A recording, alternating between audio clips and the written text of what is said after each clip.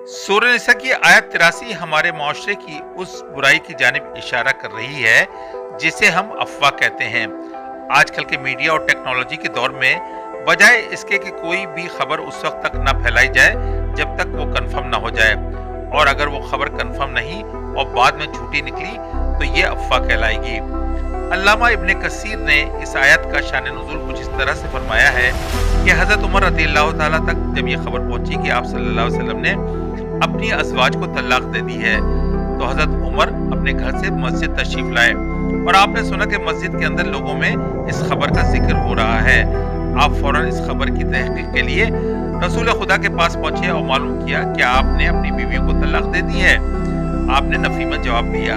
हज़रत उमर फरमाते हैं, फिर मैं मस्जिद की जानिब वापस आया और दरवाजे पर खड़े होकर ऐलान किया कि रसूल खुदा ने अपनी अज़वाज को तलाक नहीं दी है।